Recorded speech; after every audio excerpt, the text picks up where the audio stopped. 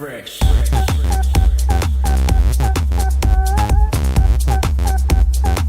Hey, what's up, everybody? Welcome back to another episode of The Fresh Approach. I'm your host, CF, the Plumbing Sales Coach, and today we're going to talk about really something so valid and important when it comes to staying focused. We don't talk about it enough. In fact, I'm going to point out some things that I believe is something that really highlights a bigger problem, which is we don't think about it enough. And what I mean by that is this is not something that we typically walk around thinking about, and maybe we should do this a little more often. A lot of you may or may not know, I just got back from a trip to South Africa. I was out there for about 10 days. This was not a vacation. This was not something where I was staying in 5-star resorts. This was more of a trip to really witness and see for myself the poverty and the just all that's going on in other parts of the world. And I was blown away by what I saw. I learned so many things, but this one thing I walked away with I think is important. I think we need to focus on it, and we're going to talk about that today. Before we get too far into it, I just want to say, what up, everyone? We are redoing the studio. We are now going to be posting these live, or not live, but we're going to be posting these with video format. So this is being recorded with video. Say what's up to the people watching. But also, as usual, we're going to dive right into the topic at hand, and that is this thing that I think all of us can really grow from if it's something that we have in the forefront of our mind, and it is simply the word appreciation. We're going to talk about appreciation. There's 3 real benefits, I believe, benefactors to appreciation and having appreciation and really staying humbled and grounded as you grow, as you do what you do in the world, as you move about and have successes, have accomplishments, and even failures. I think this is a big piece of the framework for your mindset when it comes to how you deal with struggles and failures. And so we're going to talk about this today. We're going to dive into this topic, and I hope that you're blessed by it. I hope that it challenges you and motivates you. It reminds you of all that you have, but it also helps you press on, helps you drive further, because the next podcast that we do is going to be almost like a part 2 to this. It's going to be a little bit more on business and a little bit more on marketing and messaging, but it really is something that I learned again once I had a chance to spend some time with the people in South Africa. Not only people who are struggling, but also people who are serving, people who are doing things to impact and help and make things better. And it's so awesome to see. I'm so appreciative of a lot of what I saw and witnessed, and mostly the people that I met. And I hope that you guys can learn from that. You know, it's so fun in the world when we can learn from one another. We can kind of share each other's experiences, and we can grow from that. And hopefully that's what we can do here today. Look, I really appreciate all the listeners. We've had some major successes on the podcast. We have a huge following now. We absolutely love all of you. I get messages all the time.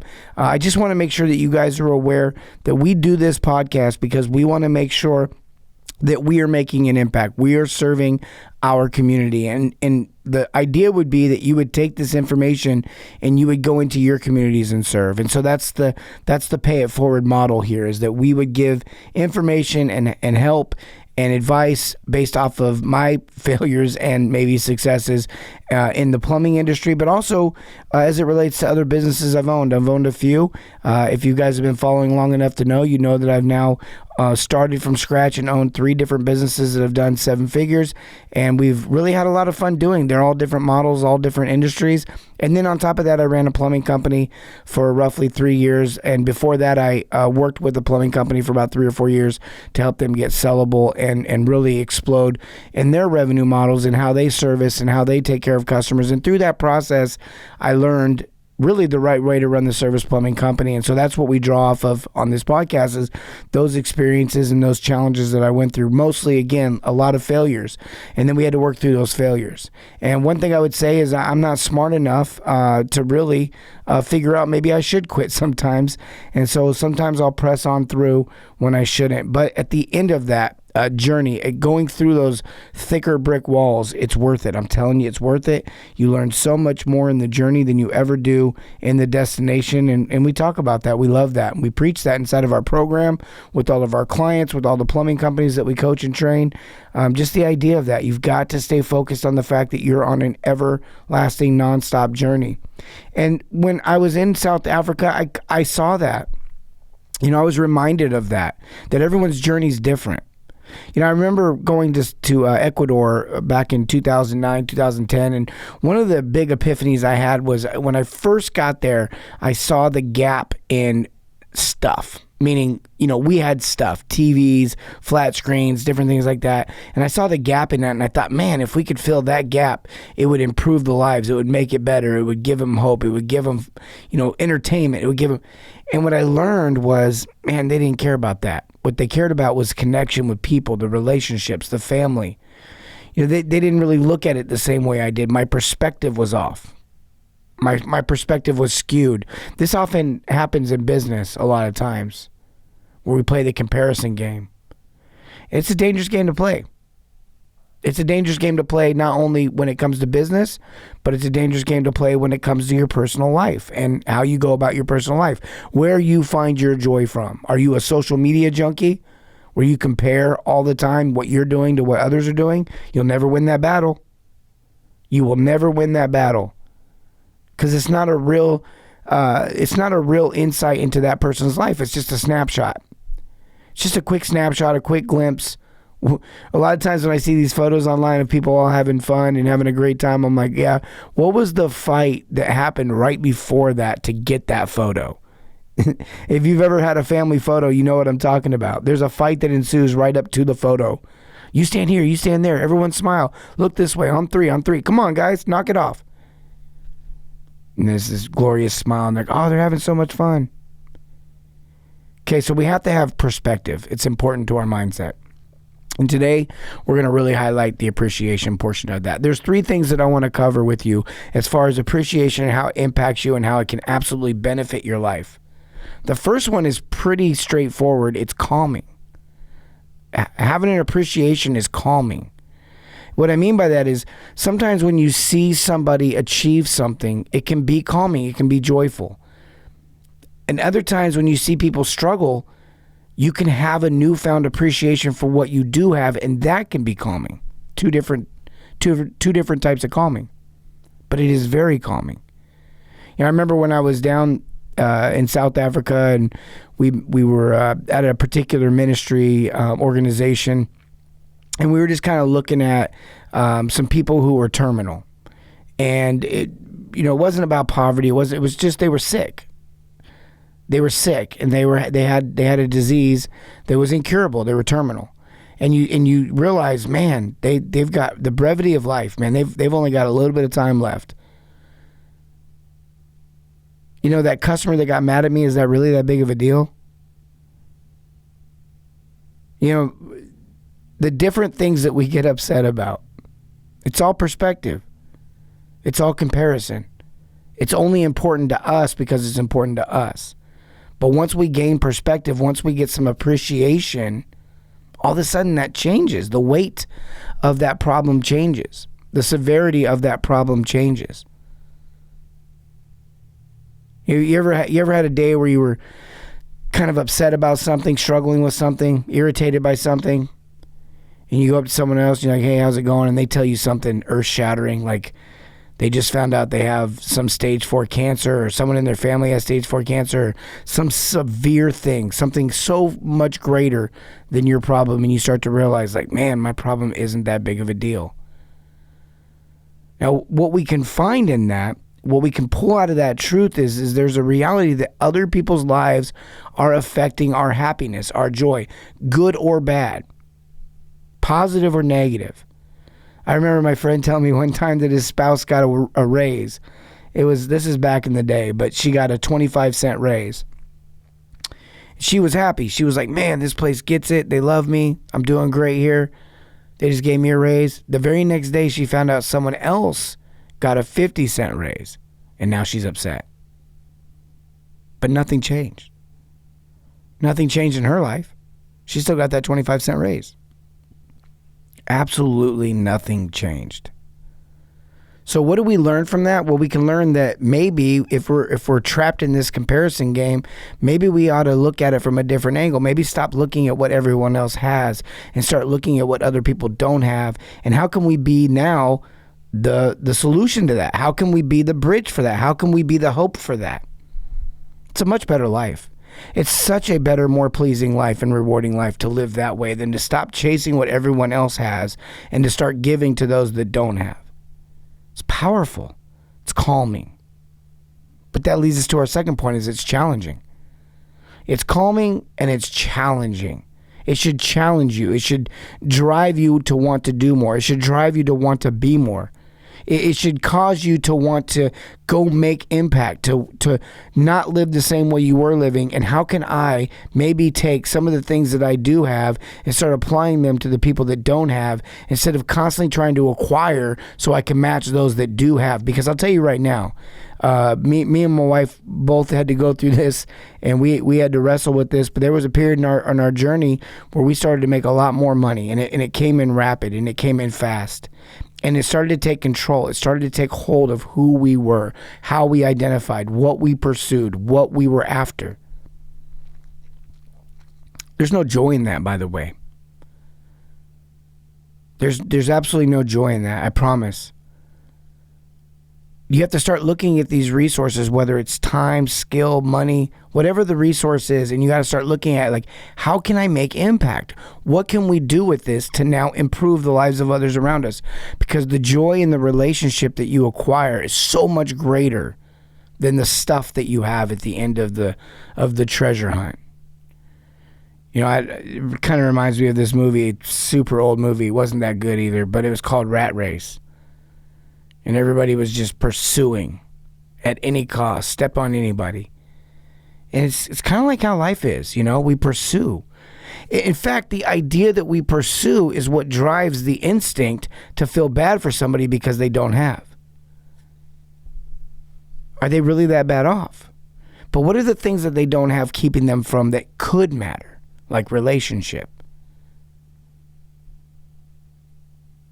You know, we look at these basic needs. In fact, and I want to be sensitive here and be careful of how I approach this subject and talk about poverty in different parts of the country, because it's not the same. I'm not discounting the difficulties of somebody here in the States that is going through struggles. Okay, I'm not discounting that. I've been that. I've lived that. I've watched them tow my cars away. I've been through some real financial struggles, especially as when I was younger. We definitely didn't grow up with silver spoons in our mouth because we didn't have any silver spoons.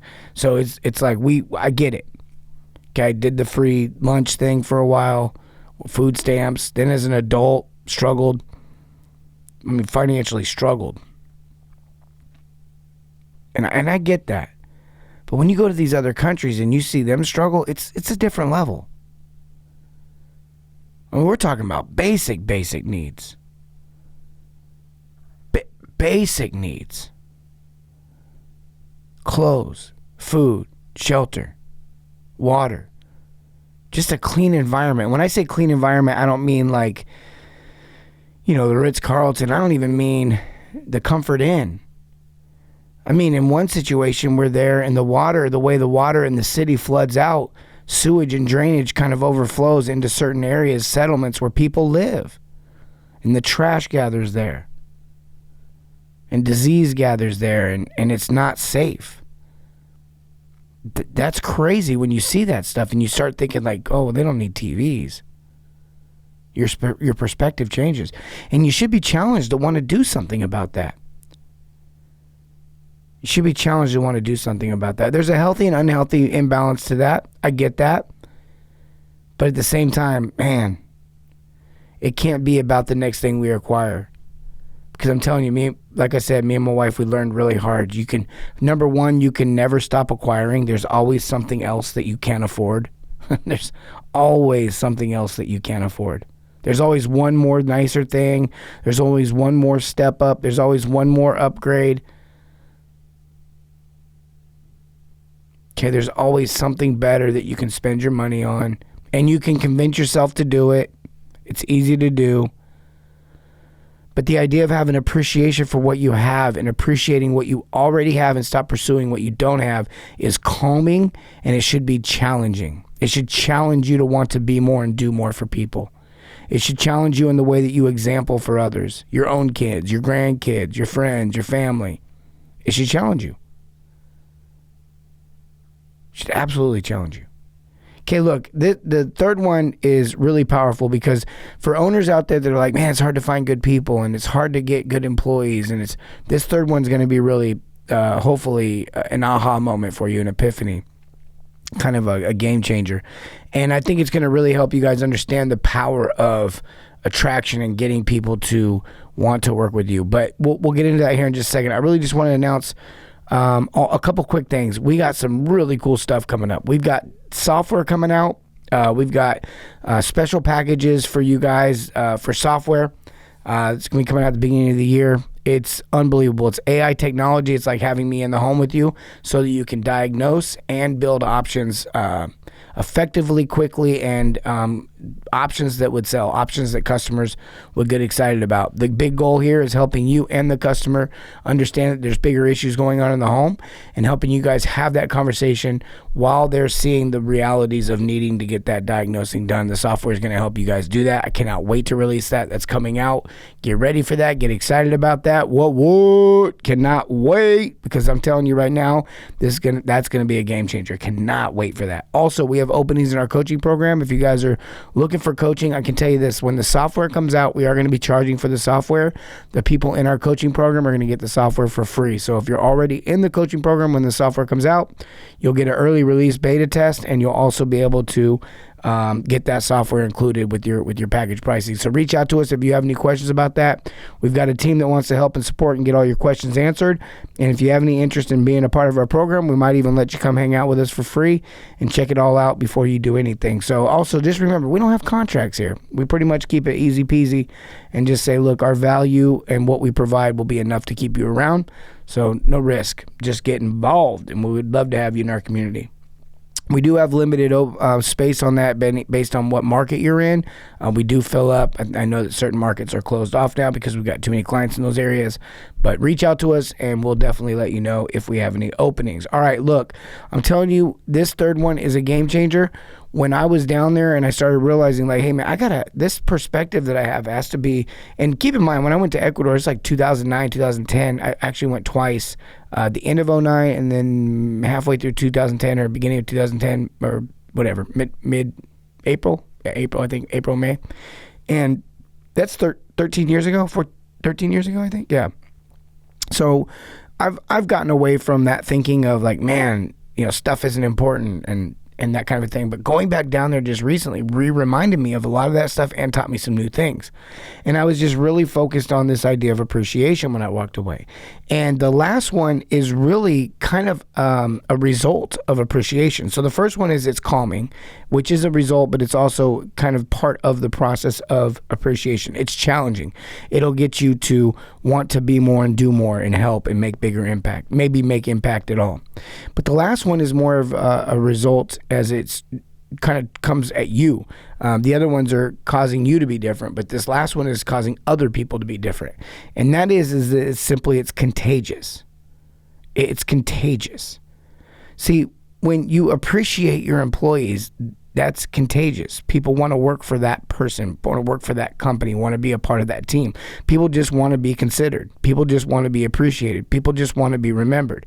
Look, if you walk around that shop, it's authoritarian all the time, that's going to ultimately be a problem.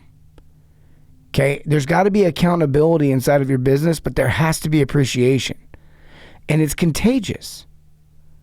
Okay, the reason why I know it's contagious is because the reason why I became so appreciative is the final piece of this whole thing that blew me away was when I go to another country, when I go to an area where people don't have as much as I have or don't have as much as I think they should have, they are still appreciative. It blows my mind every time.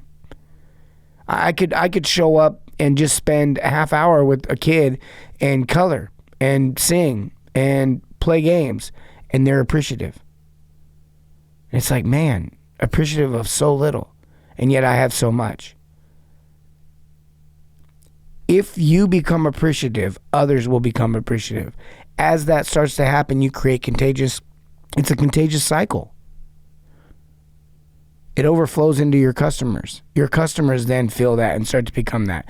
It's like, I always hear people say, well, my customers are this, my customers are that. Here's something I know that is true about every scenario. You get the best or the worst version of someone. If you go in upset at an employee that works for another company, let's say it's a fast food place, and you go in, you start yelling at them, you're probably not going to get the best version of that person. If you're super nice, you're probably going to get the best version. That doesn't mean it'll be a good version. Maybe their best version still isn't good. Or maybe their worst version still isn't bad. That has nothing to do with it.